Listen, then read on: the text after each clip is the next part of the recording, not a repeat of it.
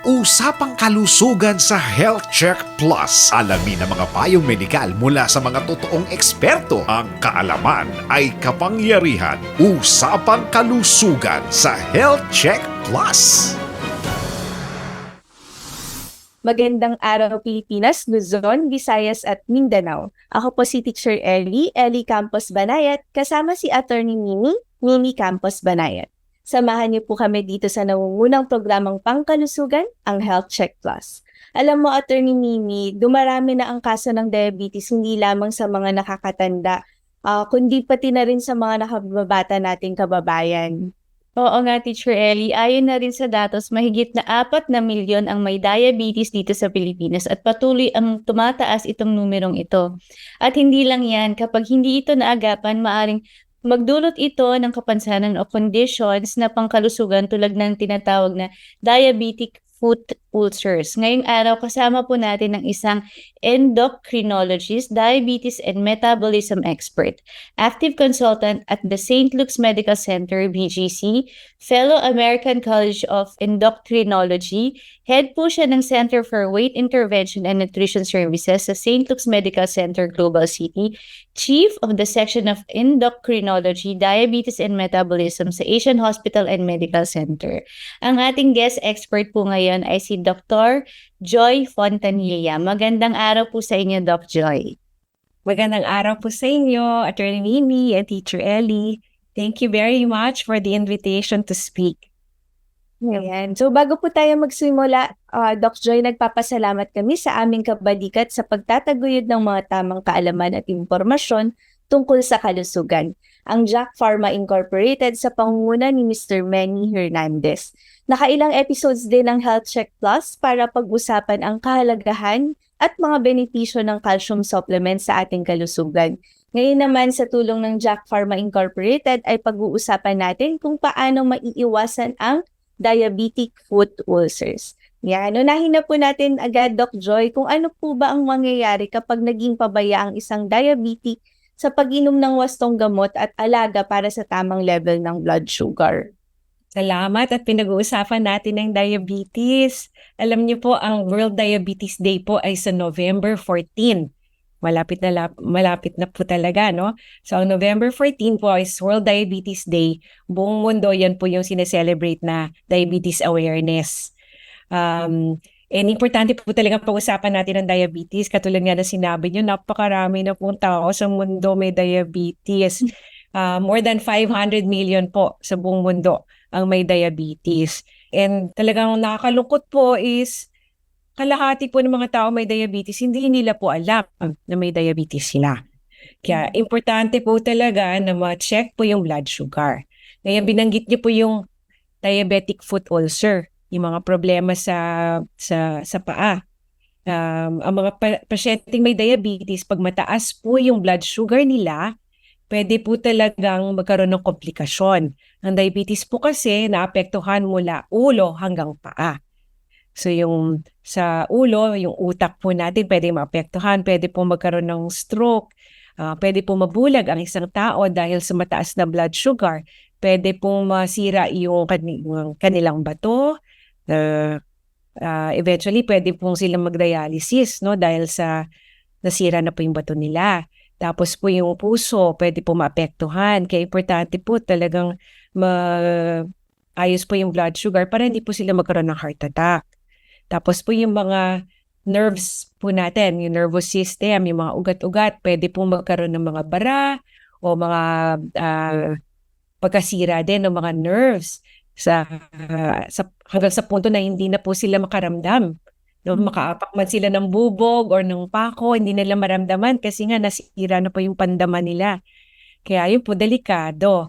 Yung mga taong ganun po, yun nagiging mas prone sila magkaroon ng sugat sa paa.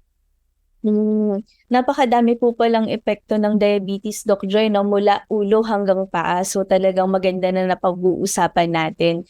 Dahil nga nabanggit natin na napakarami ng na-diagnose ng diabetes. Ano po ba dapat ang mga dapat iwasan kapag ang isa nating kababayan ay na-diagnose na mayroong diabetes, Doc Joy? Okay. So, ang taong may diabetes, talaga kailangan makontrol hindi lamang yung blood sugar. So marami pong aspeto na dapat pangalagaan. Yung blood pressure po nila, kailangan maganda rin po. Pati yung cholesterol, dapat maganda rin po yon. So dapat isinaayos po rin natin yung kanilang pagkain. Dapat healthy eating po tayo. Tapos pati yung exercise, yung physical activity, kailangan po medyo masipag sila maglakad-lakad para ma-burn yung calories, para mapababa po yung blood sugar din. Yan. Tapos yung timbang po, sana mapalapit po natin kung doon sa tamang timbang para sa kanilang taas. So, importante po talaga sa mga taong may diabetes, matuto po silang kumain ng healthy, tapos iwas po tayo sa paninigarilyo, iwas po tayo sa mga mamantikain, mataba, matamis na mga pagkain.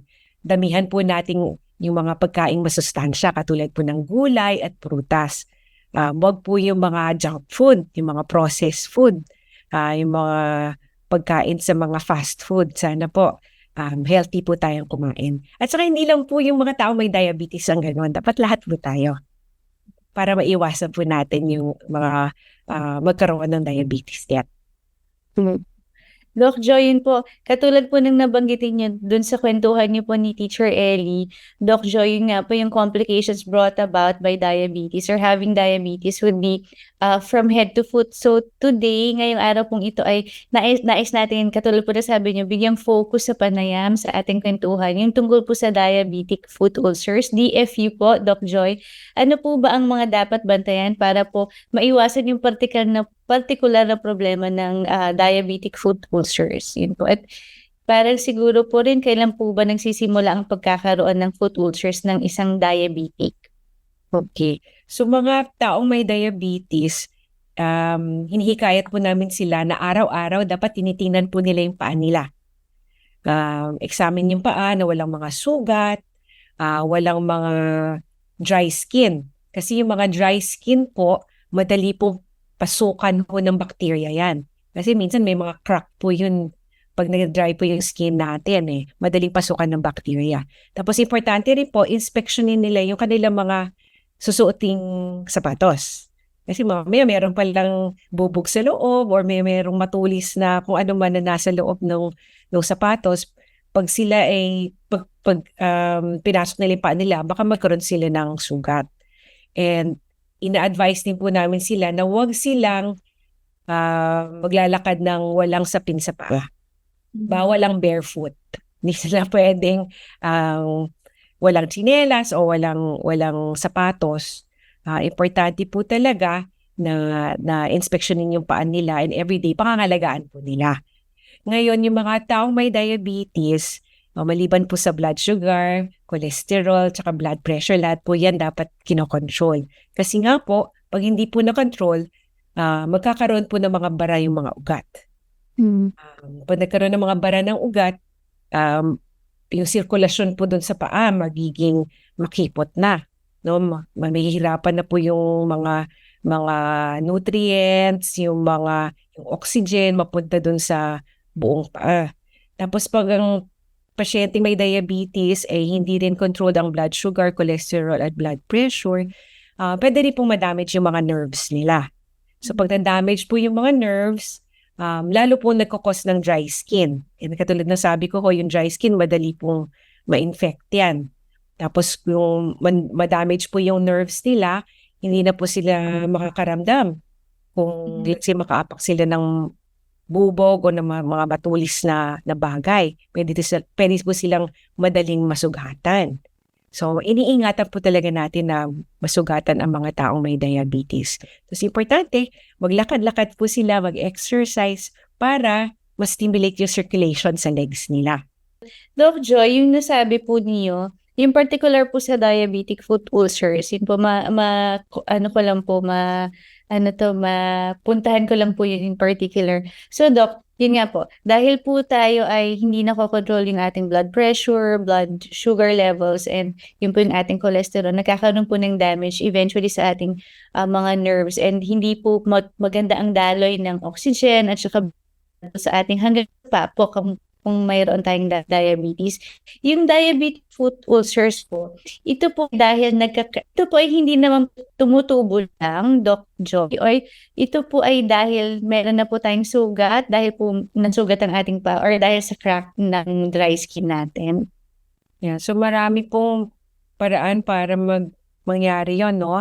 One way is yung nga, pag nagkasugat po sila, tapos hindi po naghilom yung sugat, tapos na-infect, yan, pwede pong maging chronic wound ho siya na hindi nag-heal, magiging ulcer na po siya. So may mga mga pasyente na hindi na sila maramdaman talaga yung paa nila.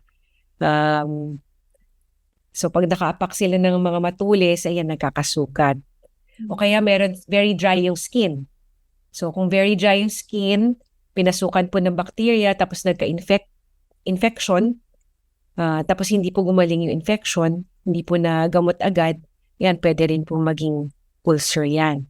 Pero usually nga po nasusugatan, or yung dahil nga dun sa meron na silang damage sa nerves nila, tawag po natin doon neuropathy.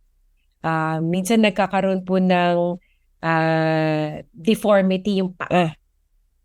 Yung minsan makikita niyo po yung paa nila, abnormal na po yung itsura, nagiging tinatawag nating hammer toes or claw toes. Yung mga bones po yung mga buto po nila sa paa, hindi na po tama yung bako-bako na po siya. So abnormal na po yung pressure doon sa paa. Nagkakaroon po ng mga kalyo.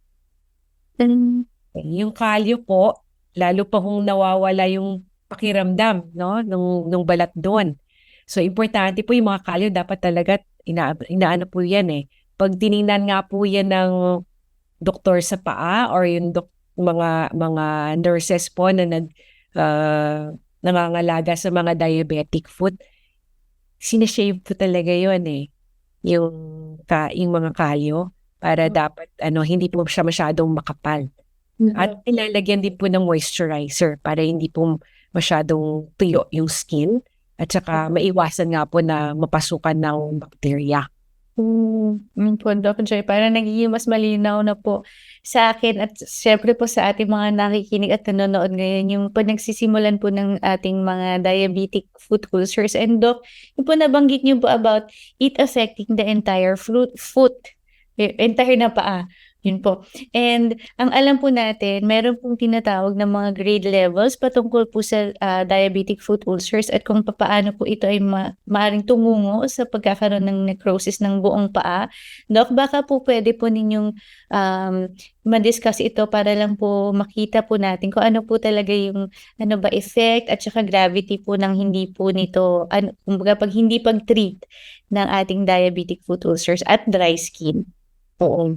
So yung grading na yan, tinuturo yan sa mga doktor at sa mga nurses. So nagre-range siya from 0 to 5. So yung 0 po, okay pa yung balat. Intact pa po yung skin ng pasyente. Yung 1 ho, medyo may gasgas na po yung skin. Medyo superficial. Mababaw pa lang ho yung ulcer. So the higher the number, the worse po yung ulcer. Yung pinakamalala po yung maitim na, gangrene na po siya. Maitim na po yung buong paa. Yung talagang wala na pong sirkulasyon yung paa. Makikita niyo, itim na itim talaga. At yun po yung mga napuputulan po ng paa. Nakakaiyak nga po kasi sa buong mundo, every 20 seconds, meron po napuputulan ng paa. So sa 1 minuto, 3 tao napuputulan na ho ng paa. Kaya kailangan po talaga nating mapangalagaan ng mga tao may diabetes. Talagang nakakalungkot pala yung numbers natin, Doc Joy, no, patungkol sa diabetes at diabetic foot ulcer. Nabanggit niyo po kanina na dapat naglalagay po ng mga moisturizers, no, Doc Joy. May tanong po dito tungkol sa mga skin preparations. Ano daw po ba ang mga pagkakaiba ng emollient or moisturizers, ointments, oil at cream para sa skincare? At meron po bang mga pagkakaiba ang mga ito? So mga iba-ibang skin preparations, iba-iba rin kasi yung amount ng oil doon sa preparation na yon. Kaya pag pinansin niyo po, may mga preparation po na medyo talagang masebo siya, greasy. So, yun po yung mga ointments, mas marami pong oil yon. Mga 80% siguro yung oil nung preparation na yon. Tapos yung cream, mga 50% po yung oil nila. Kaya hindi po sila kasing greasy or kasing sebo nung mga ointment. Ngayon, yung mga hindi masyadong oily, yun po yung mga gel. Halimbawa, ang gel, siguro mga 5% po yung oil nila. Tapos yung lotion, mga 20%. Yung lotion. Ngayon, yung mga ibang moisturizer, kailangan medyo ingat din po tayo. Hindi po lahat ng moisturizer talagang nakaka-moisturize. Kasi kung titinan nyo actually yung mga label nila, may nakalagay na alcohol. Yung alcohol po nakaka-dry ng skin yon eh. So, not all kinds of moisturizers are created equal. Magbasa-basa po tayo ng mga label. Parang binabasa po yung contents din nung skin preparation natin. Doc Joyce, nabanggit nyo kanina na madami dito sa karamihan ng ating mga skin preparations. Alin po ba ang recommended or dapat gamitin ng ating mga kababayan, lalo na po sa skin dryness ng pasyenteng mayroong diabetes? So, maganda yung mga preparation sana na hindi nakaka-irritate ng skin. So, lalo na kung may pabango yan, medyo nakaka-irritate yon. Lalo na kung may mga allergies yung pasyente, lalo pong lalala yung kanilang condition sa skin nila. So, may iba't ibang kasing moisturizer.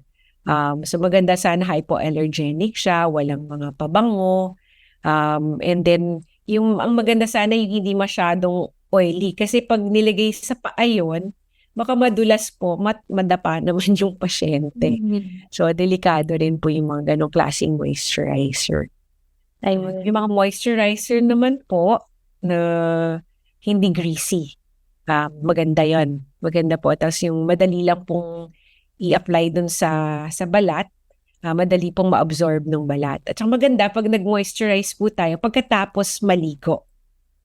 Kasi medyo basa pa yung skin. So pagka gamitin po yung tuwalya, mag-i-dry na po yung skin natin, medyo damp po yung skin natin nun. So saka tayo maglagay ng moisturizer para ma-lock in po yung moisture dun sa balat ng pasyente. Doc Joy, liban po sa paglagay nito pagkatapos maligo, ano pa po ang inyong mapapayo sa tamang paggamit ng mga diabetic patients na mayroong dryness of skin na kailangan makaiwas lumala para maging foot ulcers ito? Yan. So talaga inspeksyonin yung paa, yung mga dry parts, kailangan talaga i-moisturize nila. Tapos ingat talaga na hindi sila masusugatan. Ngayon, kailangan piliin din po yung moisturizer. So minsan magpe-prescribe po yung doctor ng special types of moisturizer. Although hindi naman talaga kailangan ng prescription ang mga moisturizer. Although there are some moisturizers that might need a prescription, lalo na yung mga super tapang na moisturizer. Po. Doc Joy, Teacher Ellie, napakaganda at marami po tayong mahalagang bagay na nalaman tungkol sa diabetes, skin dryness at foot ulcers. Marami pa pong katanungan ang nais natin konsulta kay Doc Joy. Itutuloy natin sa susunod na linggo ang panayam dito sa Usapang Kalusugan ng Health Check Plus. Maraming salamat muli kay Doc Joy Fontanilla. Wag na wag po kayong bibitaw dito sa Health Check Plus. Susunod na po, makakasama na rin ang isang pangunahing cardiologist at independent health reform advocate.